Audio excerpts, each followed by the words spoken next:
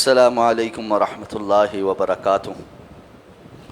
ان الحمد للہ رب العالمین والعاقبۃ للمتقین والصلاة والسلام علی سید الانبیاء والمرسلین نبینا محمد وعلی آلہ واصحابہ ومن تبعہم بإحسان الی یوم الدین۔ الحمد للہ الذی ہدانا لہذا وما کنا لنہتدی لولا ان ہدانا اللہ۔ رب اشرح لی صدری ویسر لی امری واحلل عقدۃ من لسانی یفقہوا قولی۔ اللہم انفعنا بما علمتنا وعلمنا ما ینفعنا وزدنا علما۔ اللہ تعالیٰ کے فضل و احسان سے سورہ الانفال کی آیت نمبر 10 تک ہمارا سبق مکمل ہو چکا ہے۔ آیت نمبر 11 سے لے کر آیت نمبر 14 تک انشاءاللہ آج ہم تلاوت کریں گے۔ اعوذ باللہ من الشیطان الرجیم۔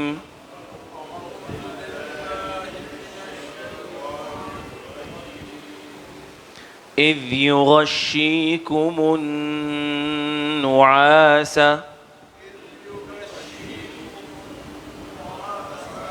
امنة منہ وَيُنَزِّلُ عَلَيْكُم مِّنَ السَّمَاءِ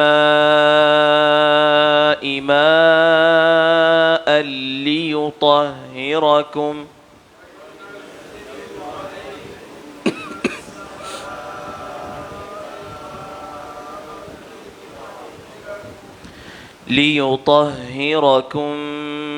بِهِ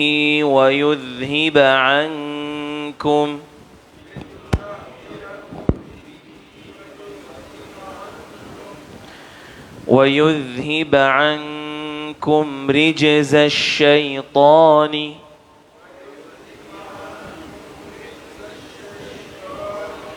وَلِيَرْبِطَ عَلَى قُلُوبِكُمْ وَيُثَبِّتَ بِهِ الْأَقْدَامَ۔ إِذْ يُوحِي رَبُّكَ إِلَى الْمَلَائِكَةِ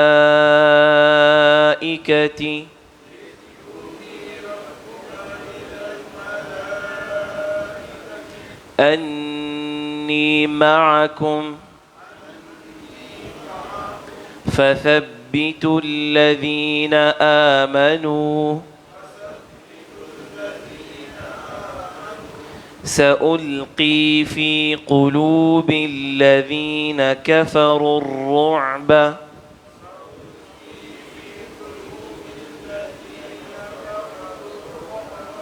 فاضربوا فوق الأعناق واضربوا منهم كل بنان ذلك بأنهم شاقوا الله ورسوله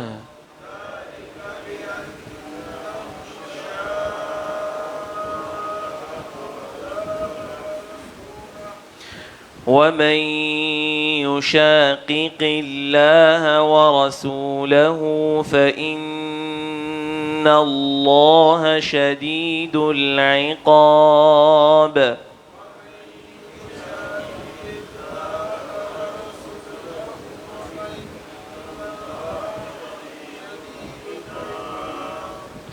ذلكم فذوقوه وأن للكافرين عذاب النار۔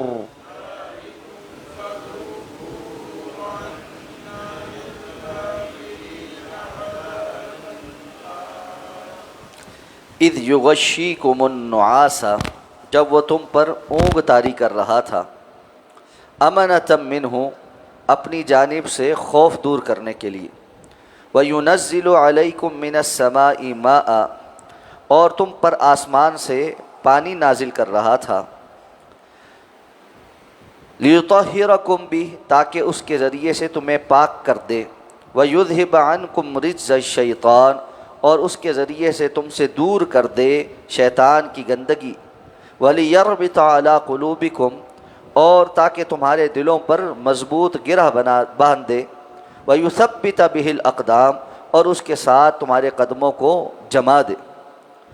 اِذْ يُوحِي رَبُّكَ إِلَى الْمَلَائِكَةِ جب تمہارا رب فرشتوں کی طرف وحی کر رہا تھا، انی معکم کہ یقیناً میں تمہارے ساتھ ہوں، فَثَبِّتُوا الَّذِينَ آمَنُوا تو بس ان لوگوں کو ثابت قدم کر دو جو ایمان لائے ہیں، سَأُلْقِي فِي قُلُوبِ الَّذِينَ كَفَرُوا الرُّعْبَ ان قریب میں ان لوگوں کے دلوں میں جنہوں نے کفر کیا ہے رعب ڈال دوں، فَضْرِبُوا فَوْقَ الْأَعْنَاقِ تو پس تم ان کی گردنوں کے اوپر مارو، وَضْرِبُوا مِنْهُمْ كُلَّ بَنَانٍ اور تم ان کو ایک ایک پور اور جوڑ جوڑ پر مارو، ذَلِكَ بِأَنَّهُمْ شَاقُّوا اللَّهَ وَرَسُولَهُ یہ اس لیے کہ یقیناً انہوں نے اللہ اور اللہ کے رسول کی مخالفت کی ہے، وَمَن يُشَاقِقِ اللَّهَ وَرَسُولَهُ اور جو کوئی اللہ اور اس کے رسول کی مخالفت کرے فَإِنَّ اللَّهَ شَدِيدُ الْعِقَابِ تو یقیناً اللہ تعالیٰ بہت سخت عذاب والا ہے، وَمَن ذَلِكُمْ فَذُوقُوهُ اور یہ اس لیے کہ تو پس اب تم چکھو،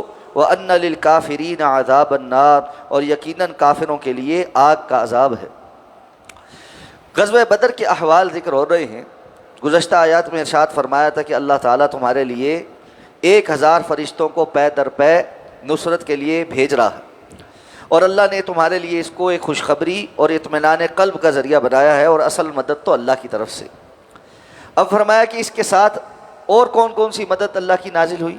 ایک تو یہ کہ یغشیکم النعاس اللہ نے تمہارے اوپر ایک اونگ طاری کر دی، نیند طاری کر دی، امنۃ منہ تاکہ اس کی طرف سے تمہارا خوف دور ہو جائے۔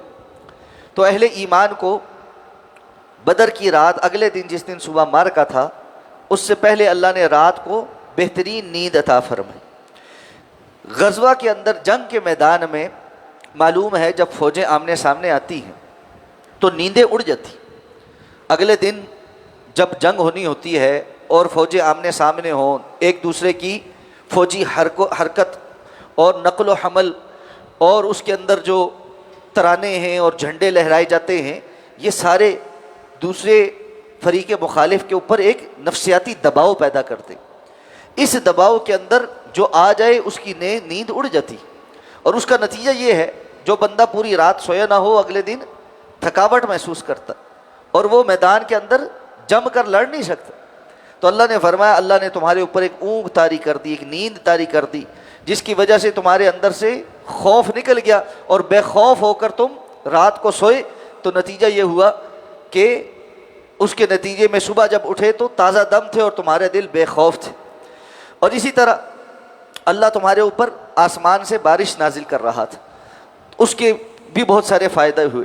ایک تو لِيَرْبِطَ عَلَىٰ قُلُوبِكُمْ وَيُذْهِبَ عَنْكُمْ لِيُطَهِّرَكُمْ بِهِ وَيُذْهِبَ عَنْكُمُ الرِّجْسَ الشَّيْطَانَ تاکہ اللہ تمہیں اس پانی کے ذریعے طہارت اور پاکیزگی عطا فرمائے اور تمہارے دلوں میں سے شیطان کی جو پلیدگی ہے وہ دور کر دے۔ اس کے ظاہری بھی اثرات تھے اور روحانی اثرات بھی تھے۔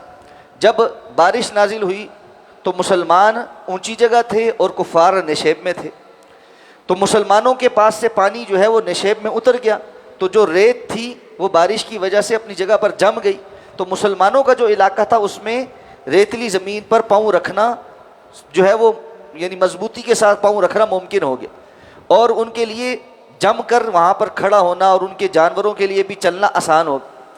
اور اسی طرح وضو کے لیے وافر پانی ہو گیا، مسلمانوں کو طہارت اور پاکیزگی حاصل کرنے کے لیے، نماز پڑھنے کے لیے جس پانی کی تنگی کا سامنا تھا وہ بھی ختم ہو گیا۔ اور اسی طرح اللہ تعالیٰ فرماتے ہیں کہ اس ایک بارش سے اللہ تعالیٰ نے تمہارے اندر دلوں کے اندر جو کچھ بعض وسوسے اور شیطان کی طرف سے ایک کفار کا ڈر اور خوف ڈالا گیا تھا، یہ رجز الشیطان کہ میدان کے اندر انسان کو خوف زدہ کر دے، اللہ نے وہ بھی دور کر دی۔ اور اس کے مقابلے میں جب یہ پانی اوپر سے بہتا ہوا نشیب میں جہاں کفار کا لشکر تھا وہاں پہنچا تو یہ کھڑا ہو، اس کے نتیجے میں مٹی کے اندر کیچڑ اور دلدل سے بن گئے، ان کے لیے چلنا مشکل ہو گیا، ان کے جانوروں کے لیے موو کرنا مشکل ہو گیا۔ تو اللہ تعالیٰ نے تمہارے لیے اس بارش کے ذریعے بھی ایک نعمت نازل فرمائی، وَلِيَرْبِطَ عَلَىٰ قُلُوبِكُمْ تاکہ تمہارے دلوں کے اوپر ایک مضبوط گرہ بنا دے۔ انسان ظاہری اسباب کو دیکھ کر بھی تقویت پکڑتا ہے، وَيُثَبِّتَ بِهِ الْأَقْدَامَ، اور اللہ اس کے ذریعے تمہارے قدموں کو جما دے۔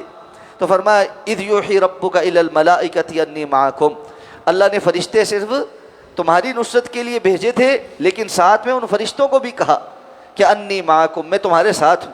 اس سے معلوم پڑتا ہے کہ اصل حکم اللہ کا ہی ہوتا ہے، فرشتے بھی اپنی مرضی سے کچھ نہیں کر سکتے، اور ان کو بھی اللہ رب العزت کی طرف سے نصرت کی تائید ہوتی ہے تو وہ اللہ کا حکم بجا لاتے ہیں، وگرنہ اگر اللہ کی طرف سے حکم نہ ہو تو وہ اپنی جانب سے کچھ نہیں کر سکتے۔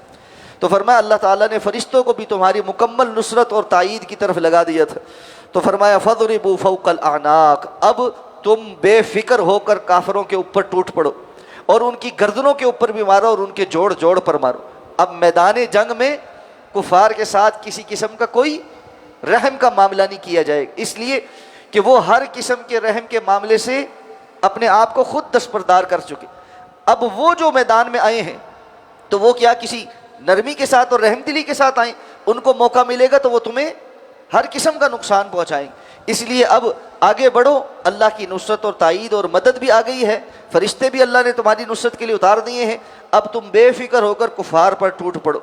اور یہ اس لیے کہ ذالک بانہم شاقوا اللہ ورسولہ، کہ انہوں نے اللہ اور اللہ کے رسول کی مخالفت کی ہے، اور جو اللہ اور اللہ کے رسول کی مخالفت کرے فإن اللہ شدید العقاب، اس کو جان لینا چاہیے کہ اللہ بڑا سخت عذاب والا ہے۔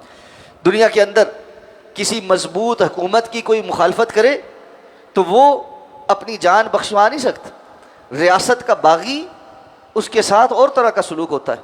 آج حکومت پاکستان کے خلاف آپ بولے، قانون کے خلاف آپ بولیں، کسی کے خلاف آپ بولیں تو کوئی کچھ نہیں کہتا، لیکن آپ جو مضبوط ادارے ہیں ان کے خلاف بولیں تو آپ کو لگ سمجھ جائے، آپ کو ایک حد سے زیادہ وہ اس کی اجازت نہیں دیں گے کہ آپ ان کی مخالفت کریں۔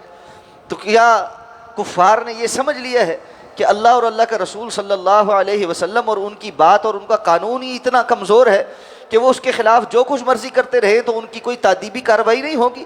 یقیناً اللہ کی طرف سے تعدیبی کارروائی ہوگی، اور یہ تعدیبی کارروائی تو ابھی اللہ تعالیٰ اہل ایمان کے ہاتھوں کروا رہا، فرشتوں کے ہاتھوں کروا رہا، اور یہ دنیا کے اندر ہے۔ لیکن یہ بات جان لے کہ ذالکم فذوقوہ، یہ تو ابھی تم ذائقہ چکھو، لیکن وَأَنَّ لِلْكَافِرِينَ عَذَابَ النَّارِ، کافروں کے لیے اصل عذاب تو آخرت کا عذاب ہے، جہنم کا عذاب۔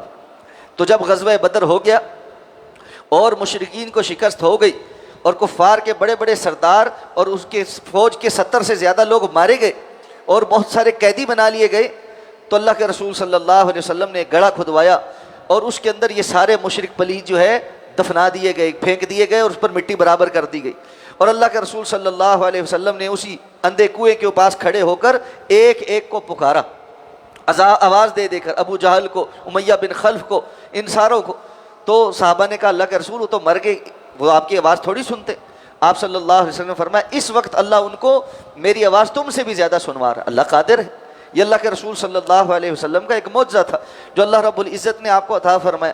اور آپ صلی اللہ علیہ وسلم نے فرمایا کہ فلاں فلاں اے فلاں، کیا میں نے تمہیں اس بات سے ڈرایا نہیں تھا؟ کیا تمہیں میں نے بتایا نہیں تھا کہ اللہ کے عذاب سے پہ کی تمہاری پکڑ ہوگی، اور اللہ رب العزت کے پاس اگر تم اسی حالت میں گئے تو اللہ تمہیں دردناک عذاب دے گا؟ اور کیا تم نے آج اللہ کے وعدے کو سچ نہیں پا لیے؟ اور یقیناً انہوں نے اللہ کے وعدے کو سچ پا لی۔ اس لیے اللہ کے وعدے سچے ہیں۔ انسان دنیا کی آزمائش میں اللہ رب العزت کے حکم پر ثابت قدمی دکھائے، وہ حرام سے بچنے کے لیے ہو، وہ ایمان کے تقاضے پورے کرنے کے لیے ہو، تو اللہ رب العزت اپنے بندوں کو کبھی ضائع نہیں کرتا۔ اللہ ہمیں سمجھ کر عمل کرنے کی توفیق عطا فرمائے۔ سبحانک اللہم و بحمدک، نشہد ان لا الہ الا انت، نستغفرک و نتوب الیک۔